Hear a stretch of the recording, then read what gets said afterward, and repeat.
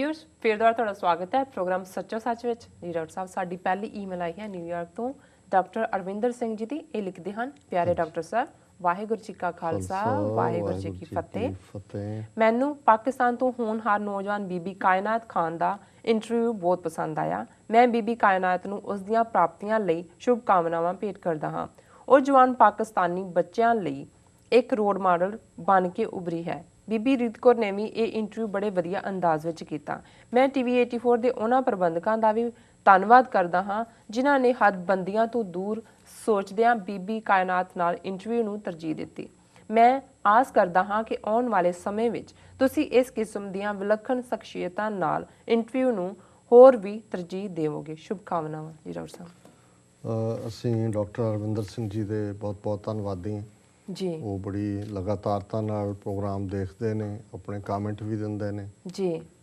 लिखती भी भेजते ने ज़बानी भी डिस्कस करते हैं जो उन्होंने लगता है कि इंप्रूव होना चाहिए जी जी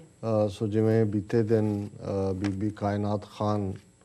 जिहड़ी कि ना सिर्फ एक टेनिस की संसार पद्धरी लैवल की उभर रही प्लेयर है बड़ी यंग उम्र 15-16 साल की जी पर उसने चैरिटेबल संस्था भी जिहड़ी कि लोड़वंद गरीबां बच्चों उन्हां दी मदद दे लई अपने अब्बू की मदद नाल खोली है जी सो उन्हां दा इंटरव्यू सी और मैनूं भी देखण दा मौका मिलिया बड़े हालांकि पठानी बैकग्राउंड है उन्हां दी पर जिवें बड़े नवेकले और मिठे पोठोहारी अंदाज दे विच रावलपिंडी च वो रहिंदे ने जी उन्होंने गलबात की हालांकि पंजाबी दे विच तां फर्क हुंदा है साडे भी चढ़दे पंजाब दे कुछ शब्द शायद तो कई बार समझ नहीं सी पा रहे जी जी लेकिन इहदे बावजूद जिस इनोसेंस नाल और डिटरमीनेशन नाल उन्होंने अपना केस और ख़ास तौर पर जिथे कि एक प्रभाव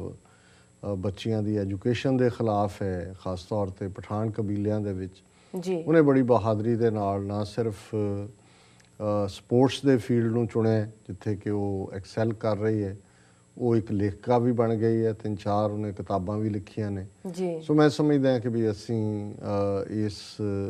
बहादुर बीबी नूं मुबारकबाद दिंदे जी और जिवें डॉक्टर अरविंदर सिंह होरां ने कहा कि भी इस किस्म दे सानूं आउट ऑफ बॉक्स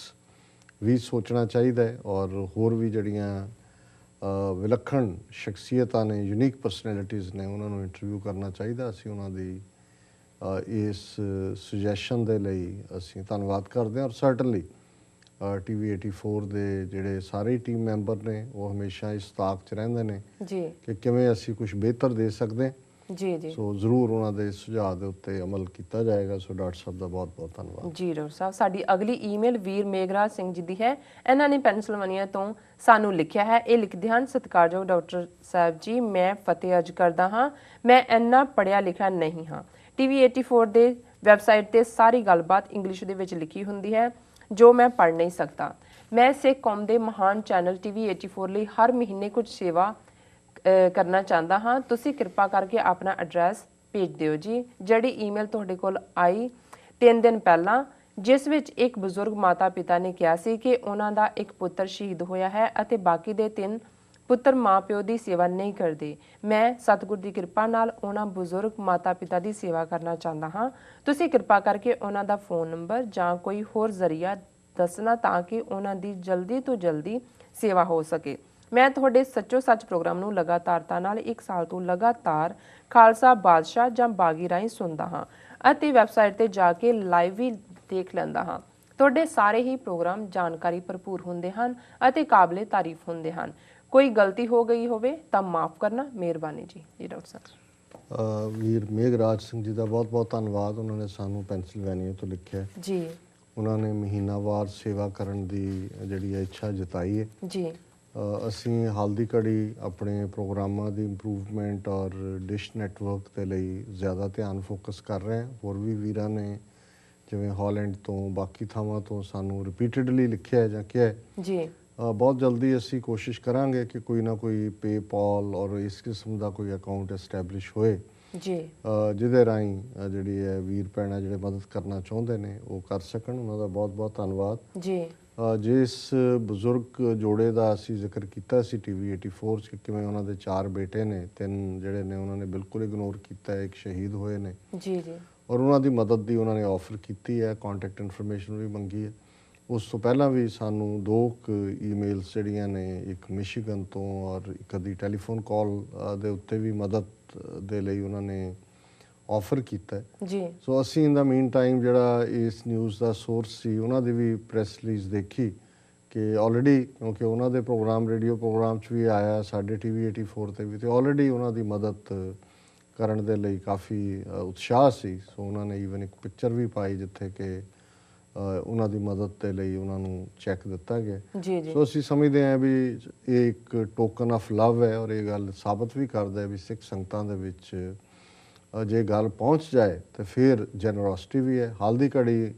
ਮੈਂ ਸਮਝਦਾ ਵੀ ਉਹਨਾਂ ਨੇ TV ਜਿਹੜਾ ਰੇਡੀਓ ਚੈਨਲ ਨੇ ਵੀ ਉਹਨਾਂ ਨੇ ਕਿਹਾ ਵੀ ਆਉਣ ਵਾਲੇ ਦਿਨਾਂ 'ਚ ਅਸੀਂ ਹੋਰ ਵੀ ਬਜ਼ੁਰਗ ਕਪਲ ਜਿਨ੍ਹਾਂ ਨੂੰ ਜਾਂ ਇਕੱਲੇ ਮਾਂ ਜਾਂ ਪਿਤਾ ਵੀ ਨੇ ਜਿੱਥੇ, ਉਹਨਾਂ ਦੀ ਕਿਵੇਂ ਮਦਦ ਕੀਤੀ ਜਾ ਸਕਦੀ ਹੈ, ਕੌਣ ਲੋੜਵੰਦ ਨੇ, ਜੀ ਜੀ, ਉਹ ਵੇਰਵੇ ਦਿਆਂਗੇ। ਸੋ ਉਦੋਂ ਤੱਕ ਵੀਰ ਇੰਤਜ਼ਾਰ ਕਰਨ, ਕਿਉਂਕਿ ਜਿਸ ਬਜ਼ੁਰਗ ਜੋੜੇ ਦੀ ਗੱਲ ਹੈ ਉਹਨਾਂ ਨੂੰ ਆਲਰੇਡੀ ਮਦਦ ਪਹੁੰਚ ਚੁੱਕੀ ਹੈ। ਤੁਸੀਂ ਅਸੀਂ ਇਹ ਵੀ ਨਹੀਂ ਚਾਹੁੰਦੇ ਕਿ ਇੱਕ ਪਾਸੇ ਇੰਨੀ ਕੁ ਮਦਦ ਹੋ ਜਾਏ ਕਿ ਵੀ ਬਾਕੀ ਲੰਬੀ ਲਾਈਨ ਲੱਗੀ ਹੋਏ, ਕਿਉਂਕਿ ਹਜ਼ਾਰਾਂ ਦੀ ਗਿਣਤੀ 'ਚ ਉੱਥੇ ਹੁਣ ਸ਼ਹੀਦਾਂ ਦੇ ਬੱਚੇ ਬੱਚੀਆਂ ਤਾਂ ਵੱਡੇ ਹੋ ਗਏ ਜਾਂ ਆਪੋ ਆਪਣੇ ਕਾਰੋਬਾਰਾਂ 'ਤੇ ਨੇ ਜਾਂ ਪੜ੍ਹਾਈ ਕਰਕੇ ਸੈਟਲ ਹੋ ਗਏ, ਵਿਆਹੇ ਗਏ। ਸੋ ਹੁਣ ਇਸ ਵੇਲੇ ਜਿਹੜਾ ਜ਼ਿਆਦਾ ਕੰਸਰਨ ਹੈ ਉਹਨਾਂ ਦੇ ਬਜ਼ੁਰਗ ਮਾਤਾ ਪਿਤਾ ਦਾ ਹੈ, ਪਰ ਆਉਣ ਵਾਲੇ ਸਮੇਂ 'ਚ ਅਸੀਂ ਹੋਰ ਵੀ ਜਿਹੜੀ ਕੋਈ ਜਾਣਕਾਰੀ ਹੈ ਉਹ ਮੁਹੱਈਆ ਕਰਾਵਾਂਗੇ ਜੀ। ਵੀਰ ਮੇਘਰਾਜ ਸਿੰਘ ਹੋਰਾਂ ਨੇ ਬਾਦਸ਼ਾਹ ਜਾਂ ਬਾਗੀ, ਖਾਲਸਾ ਬਾਦਸ਼ਾਹ ਜਾਂ ਬਾਗੀ ਰੇਡੀਓ ਰਾਹੀਂ ਇਸ ਪ੍ਰੋਗਰਾਮ ਨੂੰ ਸੁਣਦੇ ਨੇ ਉਹ ਜੀ ਜੀ। ਅਸੀਂ ਇਹਨਾਂ ਦੇ ਰੇਡੀਓ ਪ੍ਰੋਗਰਾਮ ਦੇ ਪ੍ਰਬੰਧਕਾਂ ਦਾ ਵੀ ਧੰਨਵਾਦ ਕਰਦੇ ਹਾਂ ਕਿ ਉਹਨਾਂ ਦੇ ਇਸ ਐਫਰਟ ਦੀ ਵਜ੍ਹਾ ਨਾਲ ਇਹ ਮੈਸੇਜ ਬਹੁਤ ਦੂਰ ਦੂਰ ਤੱਕ ਪਹੁੰਚ ਰਿਹਾ ਜੀ, ਔਰ ਇਹਨਾਂ ਦਾ ਫਿਰ ਇੱਕ ਵਾਰ ਧੰਨਵਾਦ ਜੀ। ਡਾਕਟਰ ਸਾਹਿਬ, ਇਸ ਨਾਲ ਲੈਣੇ ਬ੍ਰੇਕ। ਵੀਅਰਸ ਸਾਡੇ ਨਾਲ ਇਸ ਤਰ੍ਹਾਂ ਜੁੜੇ ਰਹੋ, ਮਿਲਦੇ ਹਾਂ ਛੋਟੇ ਵਕਫੇ ਤੋਂ ਬਾਅਦ।